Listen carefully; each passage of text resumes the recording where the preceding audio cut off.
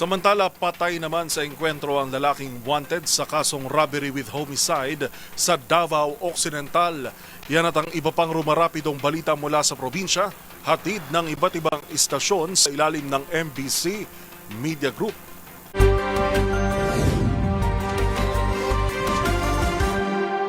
Napatay ang isang wanted person matapos ang isinagawang manhunt operation ng Philippine National Police sa Barangay Kulaman, Jose Abad Santos, Davao Occidental noong nakarang araw. Ayon sa investigasyon, nang sisilbihan na sana ng mga pulis ang suspect ng warrant of arrest ay nagpaputok ito ng baril laban sa mga operatiba dahilan upang gumanti ang mga otoridad at nauwi ito sa armadong engkwentro na ikinasabi ng suspect na nakilalang si Benji Faustino Matango. Si Matango ay may nakabinbin ng warrant of arrest para sa kasong robbery with homicide na walang piyansa na inisyo ng Regional Trial Court Branch 54 Davao City. Matapos ang insidente, isinugod pa ang suspect sa Tomas La Chica District Hospital, subalit idineklarang dead on arrival ng attending physician. Na-recover sa lugar ang isang improvised pistol, mga basyo ng bala ng kalibre 45, sling bag, cellphone, pouch at isang buti na may lamang mga ugat na tinatawag na habak-habak. Pinuri naman ni PR11 Regional Director Police Brigadier General Leon Victor Rosete ang mabilis at koordinadong pagtugon ng mga operatiba at tiniyak na patuloy ang PR11 sa pagpapatupad ng angkop na aksyon upang mapanatili ang kapayapaan at kaayusan sa rehiyon. Para sa MBC TV Network News, ito si June Suter. Una sa Pilipinas, una sa Pilipino.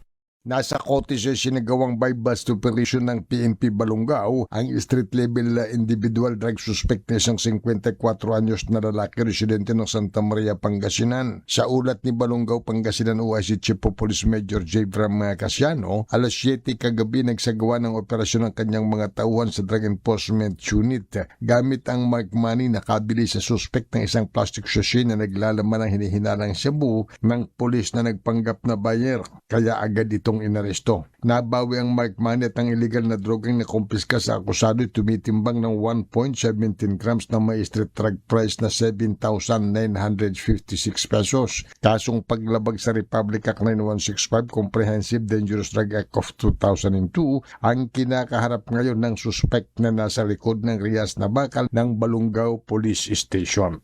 Mula sa Action Radio Pangasinan para sa MBC TV Network News, ito si Freddy Fajardo, Aris 38, una sa Pilipinas, una sa Pilipino. Kahit nakakulong ay maaari nang magkaroon ng kabuhayan ang mga preso o PDL matapos nabigyan ng mga ito ng livelihood materials mula sa opisina ng Provincial Economic Development and Investment Promotions Office o PD po ng Provincial Government ng Northern Samar. Ang mga livelihood tools, equipments at supplies ay para ito sa mga persons deprived of liberty o PDL na ibigay mismo doon sa Northern Samar Provincial Jail sa ilalim ng tulong ng tinatawag na Barangay Livelihood Empowerment and Sustainability o BLESS program. Ito ay suporta naman ng kabuhayan ng mga PDL na mas lalo pang mapalawak ang productive skills at magkaroon ng kita at oportunidad kahit pa nasa loob ng kulungan. Ang nasabing mga preso ay kasalukuyan na sumasa ilalim sa training ng bread and pastry production at ang mga equipments ay magkagamit sa kanilang hands-on training. Isinusulong naman itong mga PDL mga preso ang kalidad ng tinapay at pastry products.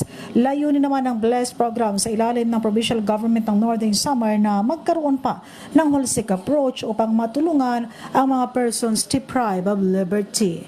Mula sa MBC TV Network News, Arts 34 Jane Galit Bantayan ng DZRH. Una sa Pilipinas, una sa Pilipino.